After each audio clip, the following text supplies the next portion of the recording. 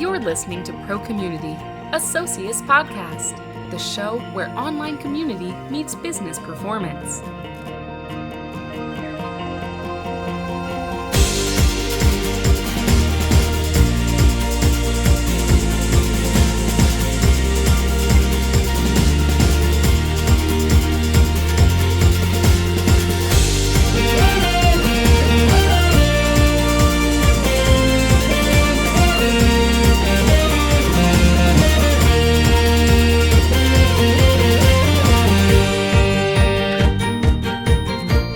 Welcome to episode number 6 of ProCommunity, the show where online community meets business performance.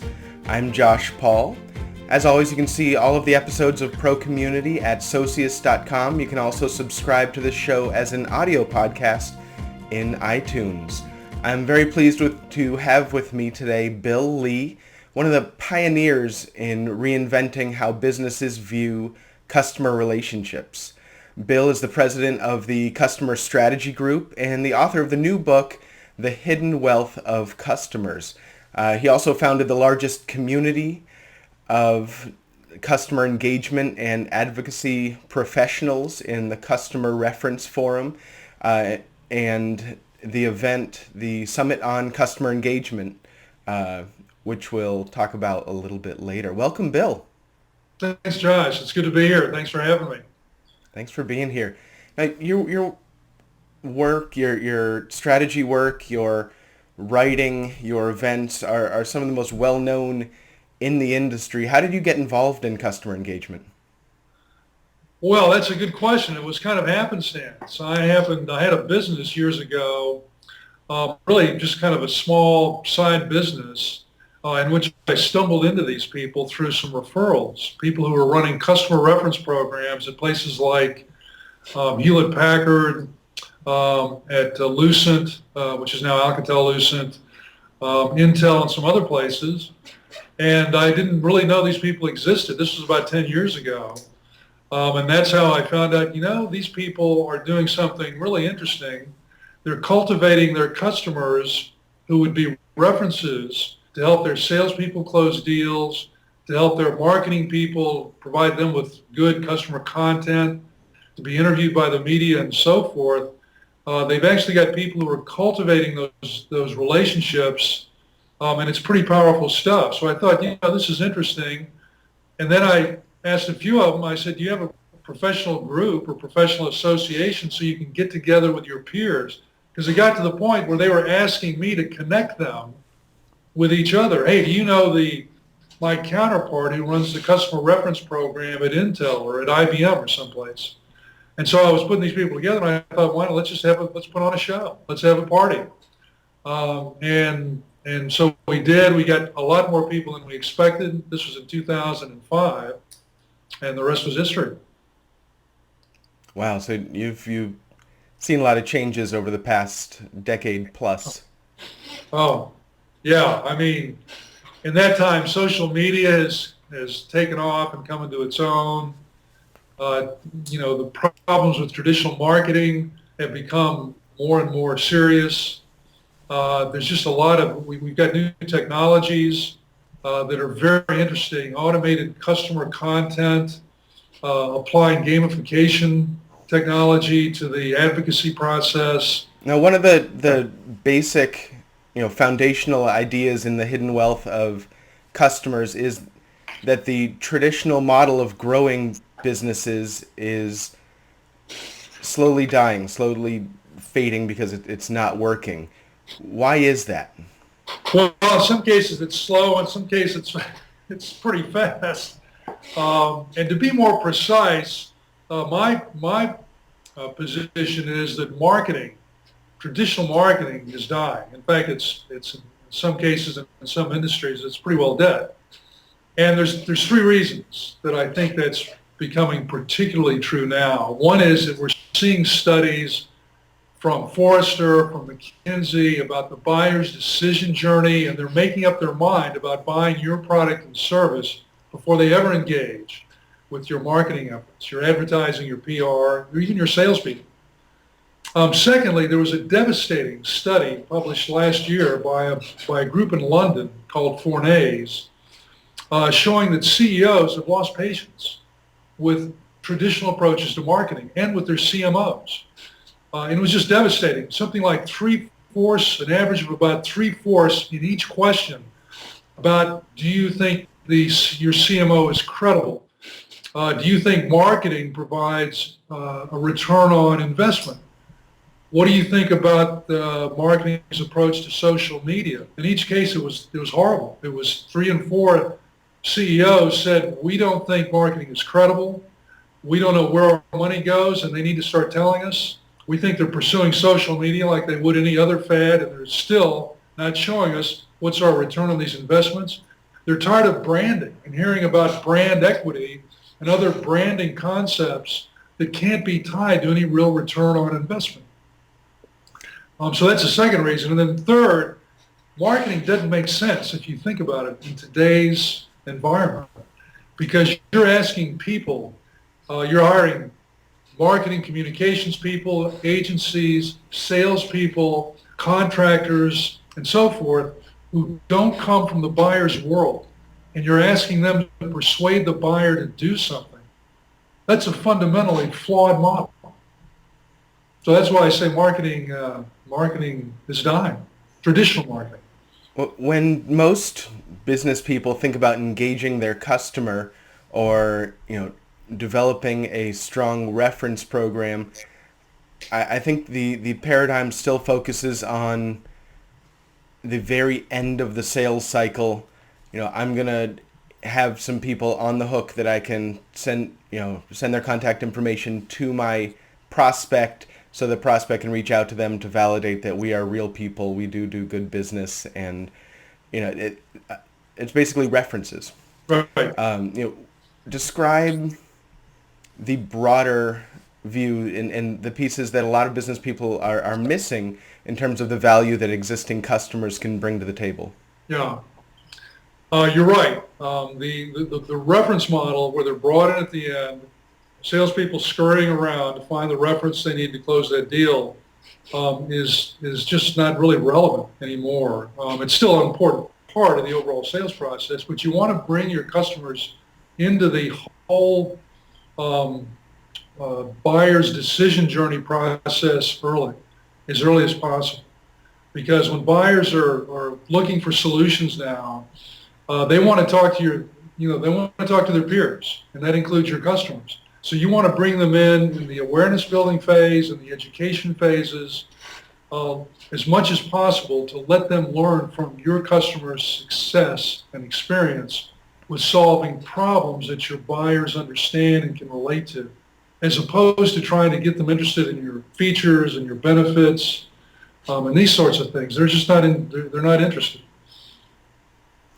So I suppose the natural extension to the benefits that a company can see, the tangible benefits by doing this, are shorter sales cycles, more wins. Yeah, they generated leads that are generated, deals that are closed, awareness in your market. Yeah, all the above. And you can show, for example, one of my favorite examples is when Mark Benioff was starting Salesforce.com and tried to figure out how his little tiny venture-funded firm was going to compete against, Oracle and SAP with their multi-million-dollar advertising budgets. And as almost an act of desperation, he said, we got to come up with something different. And he realized at a customer event that he was hosting, this was in Philadelphia, early on when his company was just starting, and he was making this presentation to a pretty small group. This is back when nobody knew who he was, but knew who Salesforce.com was. He was making this presentation, and it was like, okay, that didn't seem to go all that well.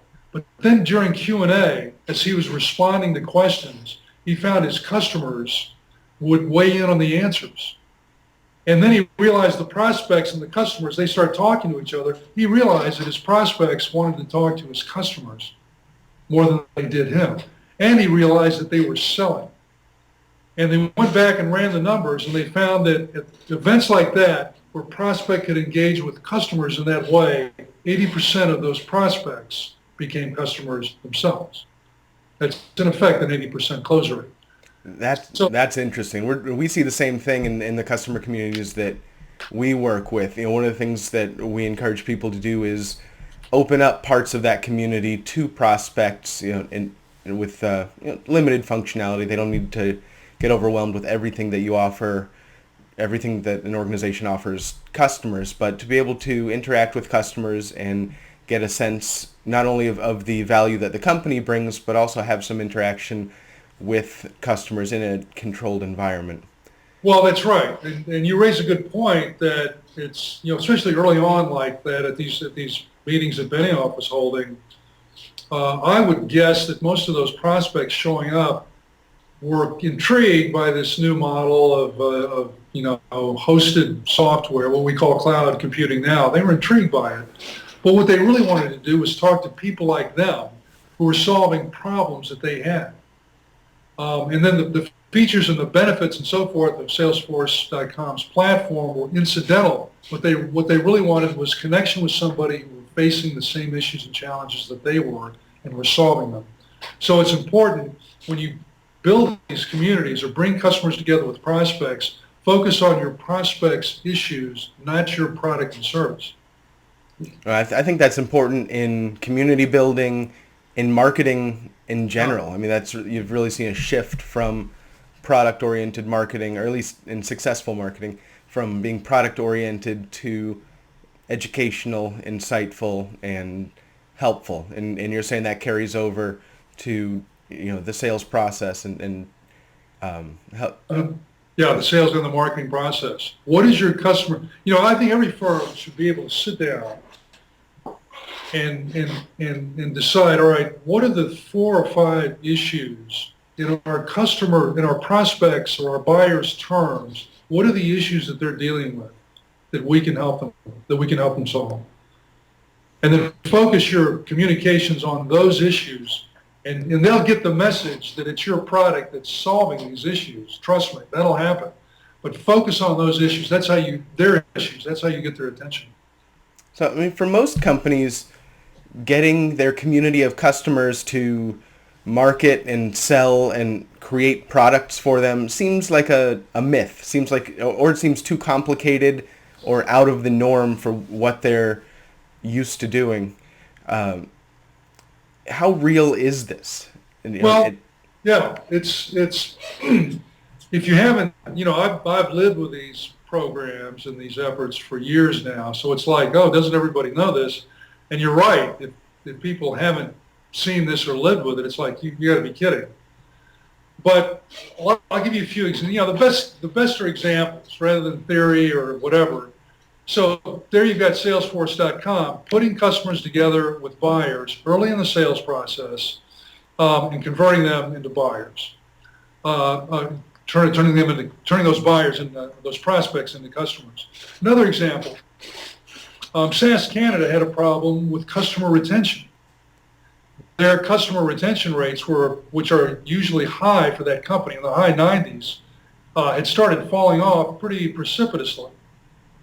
And you think, well, can we get our customers to help with that? That seems like a pretty unusual problem. What could our customers do to help with that? Well, SAS organized what they call customer champions around in Canada. They found they had 250 of these, plus another 50 what they called super champions. And these are customers that understood the power and the benefits of SAS Canada solutions. They were using them every day. Well, they organized an executive council. They started putting on live events in 21 cities around the country.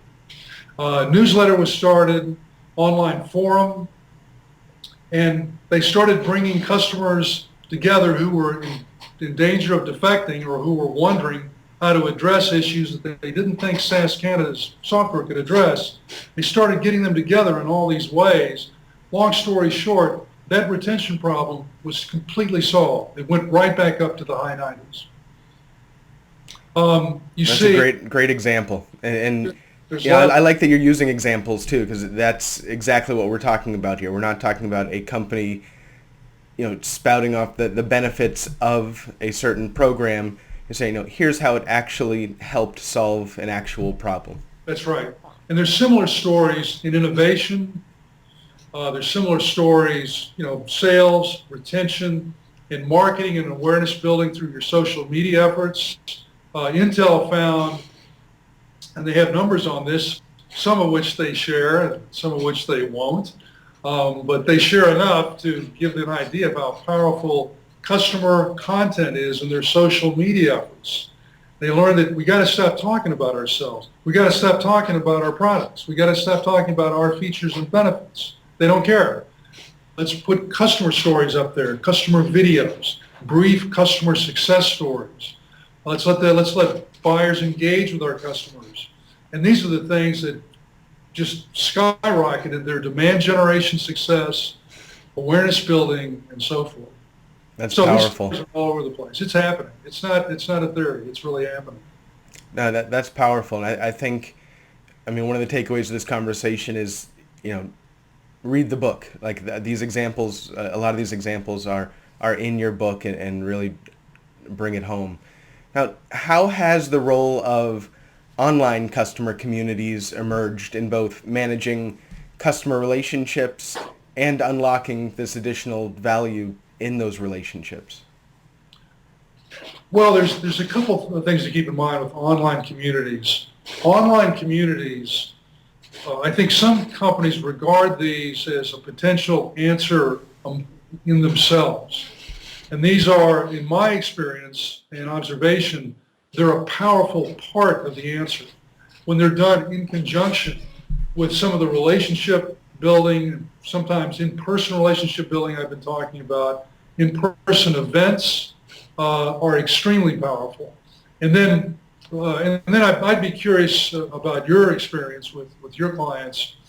But what I'm observing is that the online communities are a powerful way to keep people in touch. And then the in-person ones are a powerful way to bond and cement those relationships. So you have, when you can, have the live events to bond people, and then have the online events to keep them in touch and to keep them active.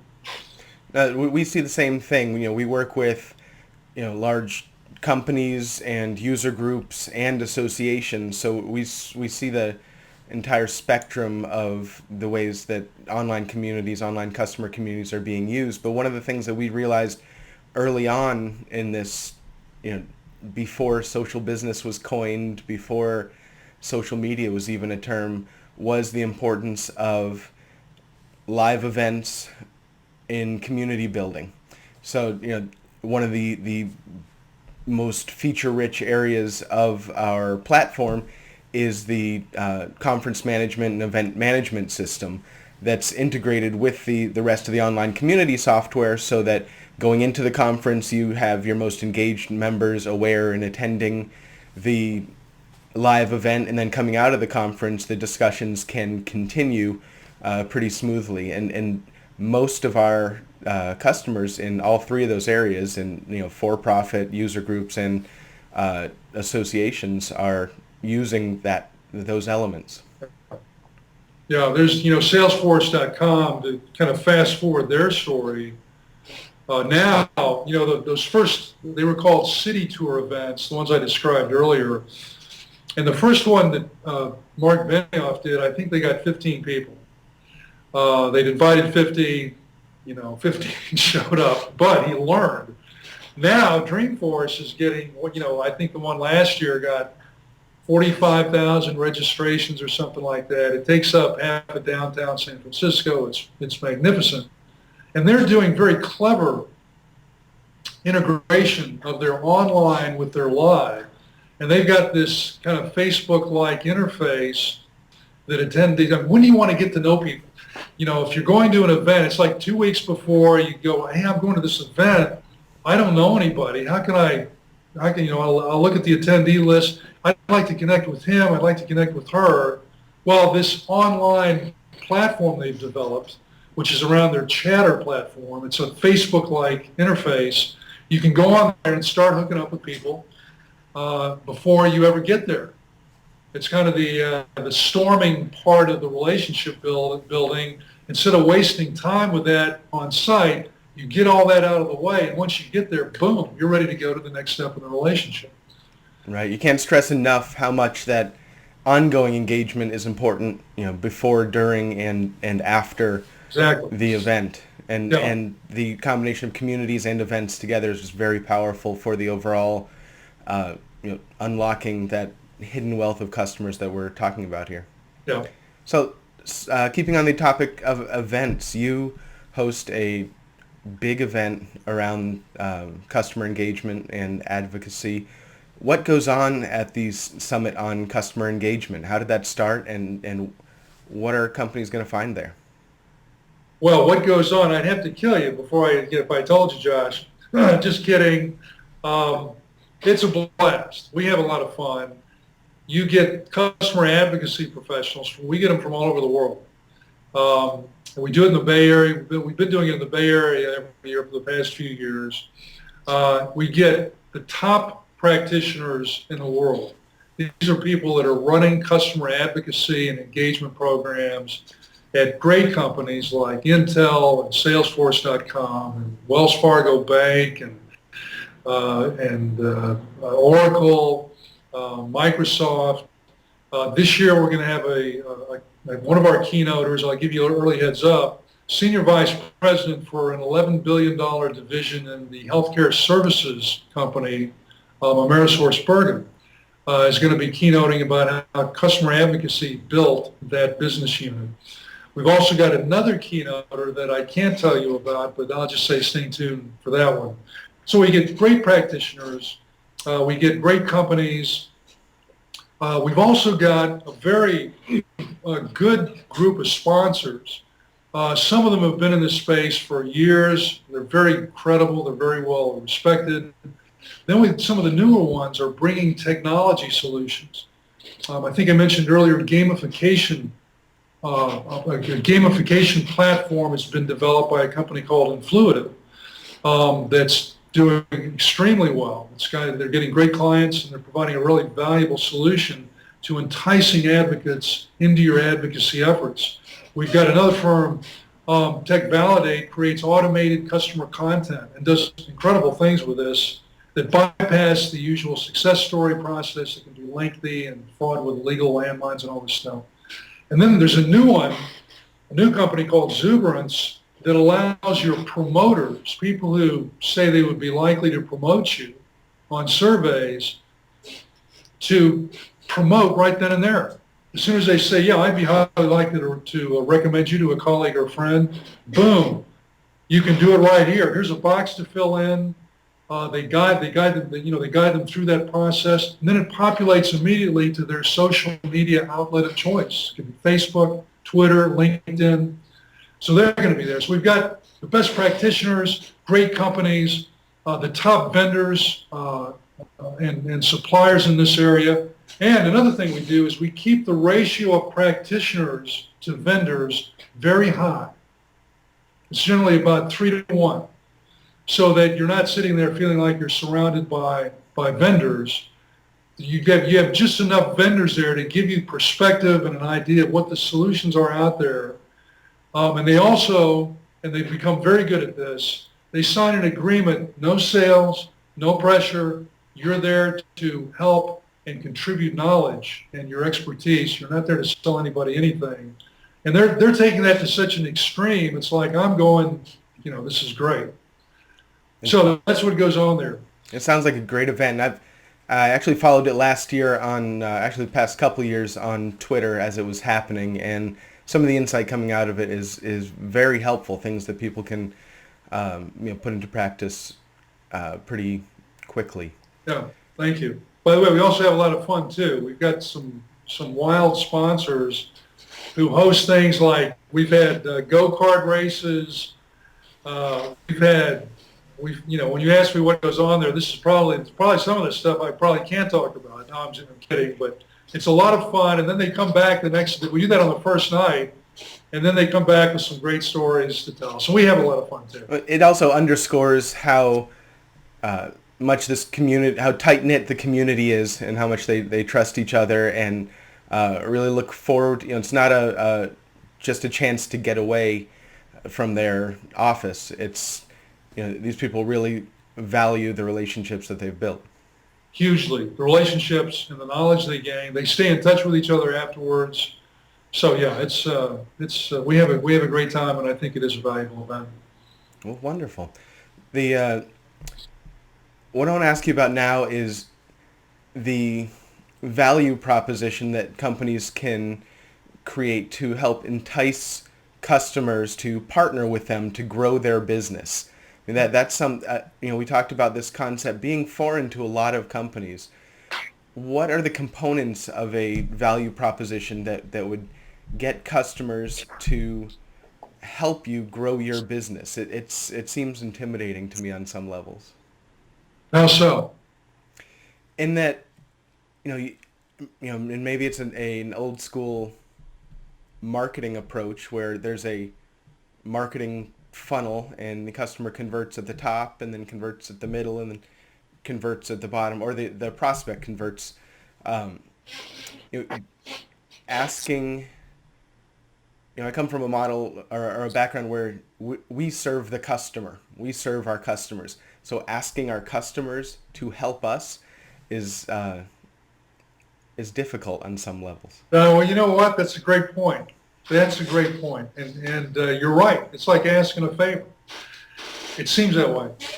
And so here's how to approach that. First of all, people coming from that approach sometimes lapse into thinking, well, we've got to give them a reward. We have to give them cash prizes, or we have to give them discounts. Or, we're asking these favors. We got to give them elaborate gifts or something. And I would caution you about that. Would you want your friend or your colleague to refer you to a company because they gave you a gift, or they gave you a leather jacket or something, or who knows what? And no, you wouldn't. It destroys the integrity of the process. The way to think about getting customers to advocate for you is to think in terms of an expanded value proposition. And here's how it looks. First off, price of admission. You do a great job for the customer. That's a given. And if you're not doing that, then fix it. Then once you are doing a great job and you're getting better, let's say you're doing a quarterly review with this customer and you keep them, let's say it's a technology solution. No technology solution goes perfectly from the get-go. It takes a while. But the customer trusts they're doing really good, and they're fixing the problems as they go along. So that's a given. You got to do that. Then once you do that, to entice this customer to reference and to tell the story that she has that she can tell, which is a good one, focus on helping her build her social capital. That's what advocates, what I call your rock stars, or what SAS calls its MVPs, or SAS calls them customer champions, whatever name you use. They want to build their social capital. And that means expanding their network and their opportunities to affiliate. It means helping them improve their reputation. And then it also, give them recognition. And then also third is giving them access to knowledge that they value. Those three things. For example, let's take one of the companies that I've talked about. Let's take SAS Canada and their customer retention problem. What got those champions doing those customer champions doing all those things to get the word out about, SAS Canada? Yeah, their software is still they're keeping up with our problems. They're doing a great job. You shouldn't defect. What got them to do that?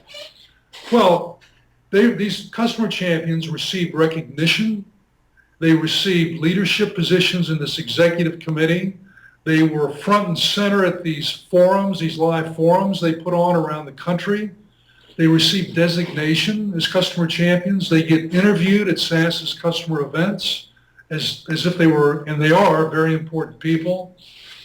So that's how you in effect get customers to promote you, is by making it an exercise in building their social capital. So part of the relationship building and the value proposition expansion process is to find out from your individual customer advocate how they would like to build their social capital. And you don't have to phrase it that way. They might not know what that even means. But find out if they're interested in speaking. Find out if they're interested in greater affiliation, if they'd like to get to know more people like them in your community. Find out if they're interested, if there's knowledge or information that you could provide them. And chances are your company has a lot of expert knowledge within the bowels of the company. And it's not coming from your marketing department. It's coming from your experts, your process and your technology experts. Find out if they have knowledge that your customers would value. So you get a sense of what they would value and you craft a customer advocacy process for those customers that helps them build their social capital in ways that they find compelling. I think that makes a lot of sense. I'm sold and much more comfortable in the process just from hearing those 3 or 4 steps in the process to move this forward. What are some of the common challenges or pitfalls that an organization might encounter when transitioning to a strategy like this? Well, there's probably the main one. There's several, but the main one is the traditional approach to marketing that gets ingrained in your planning and your strategy and your budgeting process. And when you boil it down, the way marketing often looks like, what it often looks like in a company is, all right, we got this product launch. We got to decide how much to put into PR, how much to put into advertising, how much to put into marcoms, how much to put into demand gen, and these various buckets. And then we'll try this mix and see how it does. And well, that's not quite getting us the growth we want, so let's shift some money over here. And then customer advocacy tends to get put into one of those buckets. That's not going to work. And I think the way to start successfully is to designate somebody, a powerful executive, to be directly involved in this. So a powerful executive who's passionate about this, and I think more and more understand the value of advocacy. Put them in charge of this, and then have a group of people that can cultivate these advocacy relationships. If you leave it up to sales or the account reps, bless their hearts, they're great at developing some of them are great at developing relationships, but they just tend to kind of go away once the deal is signed and the customer seems happy. And you need somebody to cultivate the advocacy side of that relationship. So I would say those two things. You can also start small. You don't have to boil the ocean and do this company-wide. Find a market, find a product line that's important, and just start with that and start cultivating advocates there. Put this organization together as I've described and start racking up some successes and proofs of concept for it, and then build it out. Have you seen some overlap between the role of kind of the person who champions an advocacy program and cultivates those relationships and a community manager? Yeah, sure. There better be. There better be integration between those groups, because what you don't want to get into a situation with your advocacy program like you do with your overall product organization, where a customer buys a product or a service, and whenever they have a problem, they don't know who to talk to. They get pushed off to people. Different people handle different aspects of that, and they can't get a straight answer from a single person. You don't want to replicate that over with your advocacy efforts. And advocacy includes communities. It includes referrals. It includes advisory boards, your reference programs, and so forth. All of those are part of you want to present a total advocacy picture to your customer. We had a very dynamic dream customer for any technology firm. Her name is Patty Morrison. She's now Chief Information Officer at Cardinal Healthcare. And she's been CIO at Motorola and Office Depot and one of the GE businesses. She's exceptionally dynamic. And she complained about this. I had her at one of our events, and we had a little fireside chat, and she talked about this. Don't just show up when you need a reference request, from somebody over here, and then somebody else is coming at me about an advisory board meeting or a specific advisory board they want me to sit on. Give her a holistic view of what the reference and advocacy, what the advocacy possibilities are that you can provide. Design a holistic advocacy value proposition and activities for her. And she outlined what it would be for her in particular, and it's going to be different for everybody. So you want one person at the organization who can provide that to her. Does that make sense? It does. And, that approach, Carrie, is a good approach for a lot of different programs. And what I'm hearing you say is, you don't want your advocacy program to go in a direction that's not aligned with other programs and strategic initiatives within the organization. You don't want it to become an outlier. Right. But at the same time, a lot of times this is a pretty progressive program within the organization. So you need that stakeholder who can keep everybody on board. Yeah. So we've talked about kind of the strategy and some approaches and the way to overcome some of the hurdles that someone might run into. Walk me through how an organization might measure the quote-unquote return on relationship. Is it through the traditional leads, opportunities, sales measurement, or are there specific measures that people need to bone up on? Well, that can be one. In other words, if you've got a reference or an advocate or a referral source, obviously it'll depend on what they can do. But let's say you have, in my book, I've got this composite customer advocate, a rock star that I call Katie, who is kind of a composite of the kinds of advocates you see in these companies. And she has a blog. She's got a good following. She's active in a couple of social networks. She wants to speak. She's in a very interesting professional association. So as you tailor activities to her, and you might give her material for her blog. You might give her a speaking opportunity at one of your conferences. You might partner to speak with her at her professional association. So in all these activities, obviously you want to be set up to be able to say, okay, like for example, if you do a webinar together or you do a speech, you want people there and give them an opportunity in your audience to follow up. Here's a landing page to go to. Here's where you can go for further information, and so forth. So you can start and get an idea of what kind of leads were generated and track them and see how many deals you closed. And then you have to use your judgment. In some cases, the lead will be all due to her credit. In some areas, she's played a part, but there were other factors as well. So you give her a score and so forth. So it's a fairly straightforward process.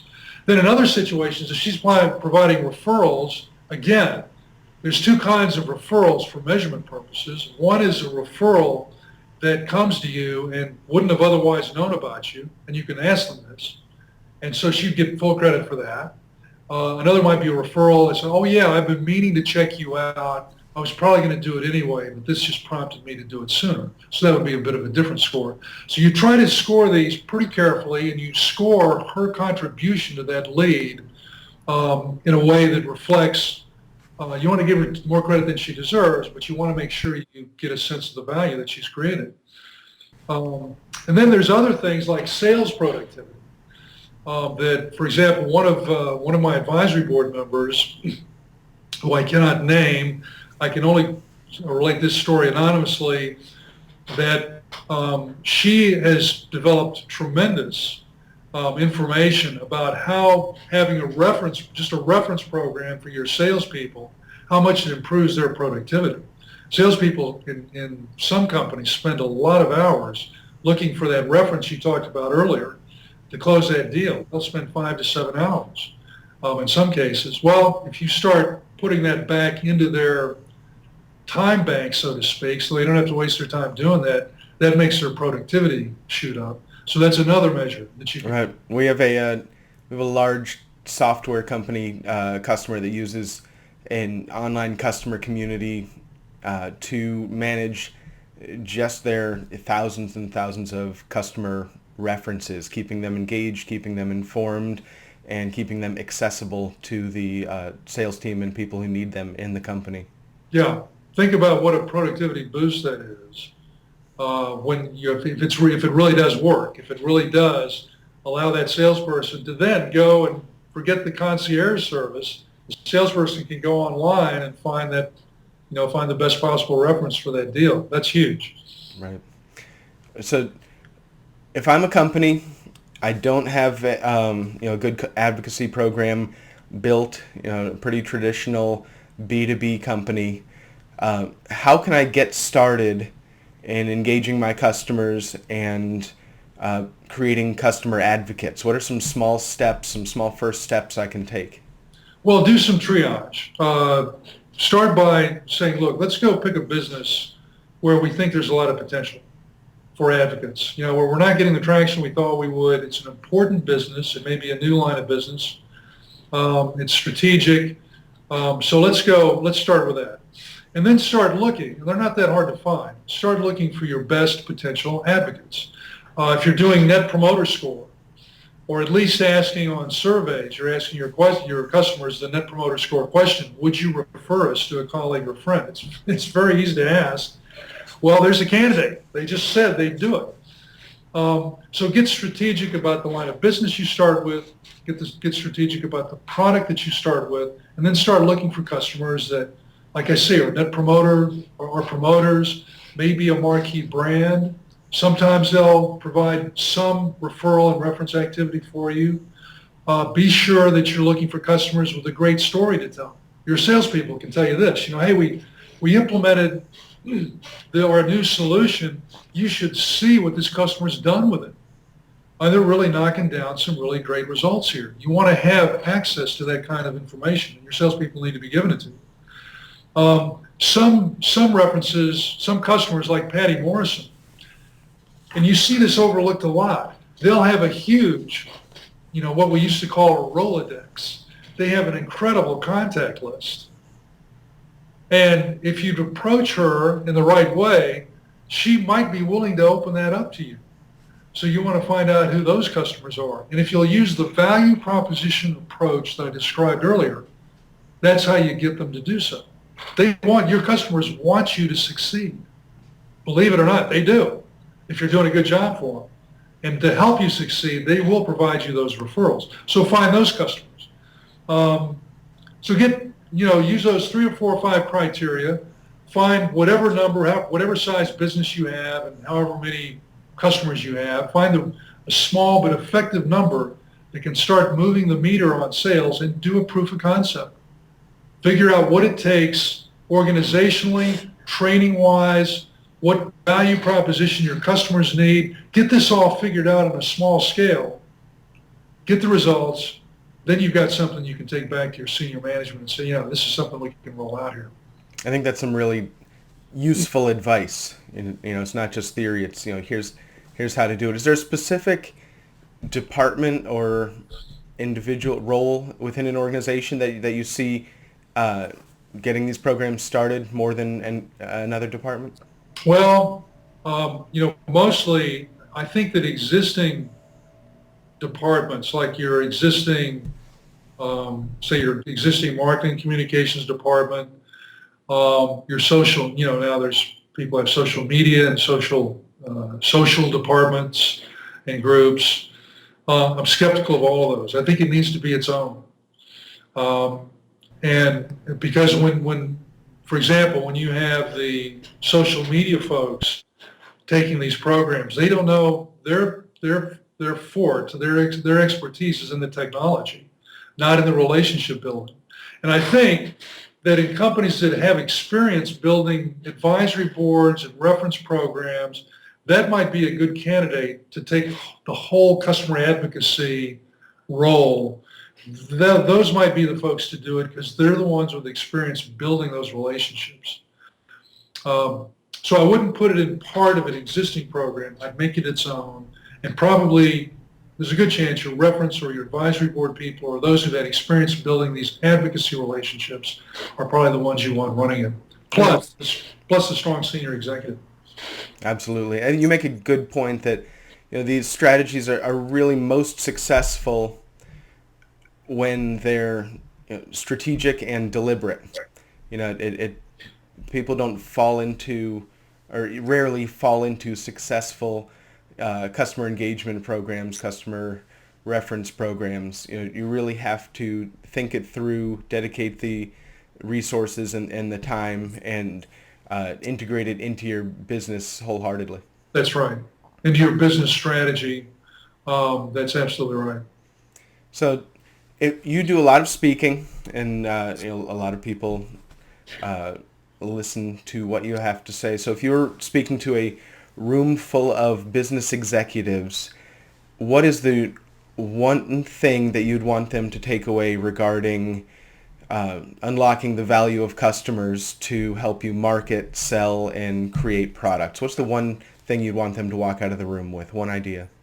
Well, look at your own. Forget all these other examples of other companies and all the ideas we've talked about. Look at your own company. How well is your growth engine working? How well is your organic growth engine working? And if you're one of those 75% of CEOs who thinks that your marketing just isn't cutting the mustard, then ask yourself this question: among all the resources at your disposal, all your employees, all the agencies you work with, all the consulting firms, if you use consultants that you work with, all your partners, among all your resources, who are most credible to your buyers? Who are most persuasive? Who would your buyers be most interested in getting to know and learning from? Those are the key capabilities that you need to grow your company. And the answer to all those questions is, among all your resources, it's your customers. So start figuring out today how to get your customers marketing and selling and even developing products for you. That's the takeaway I'd give them. I think that's a really good note to end on. So Bill Lee, I want to thank you very much for these really tangible tips and approaches that you provided today. Thank you for being on the show, and I hope we can do this again sometime. I'd love to, Josh, and thank you. Those are excellent probing questions that you've asked. I don't always get those and these kinds of things, and those were really, really good. It's been a lot of fun. Good. I think people listening to this podcast or watching this video will really get a lot to think about coming out of it. So maybe we can connect again after the summit on customer engagement. That is March 4th through 6th. It's not for several months. March 4th through the 6th in San Francisco at the Sofitel Hotel.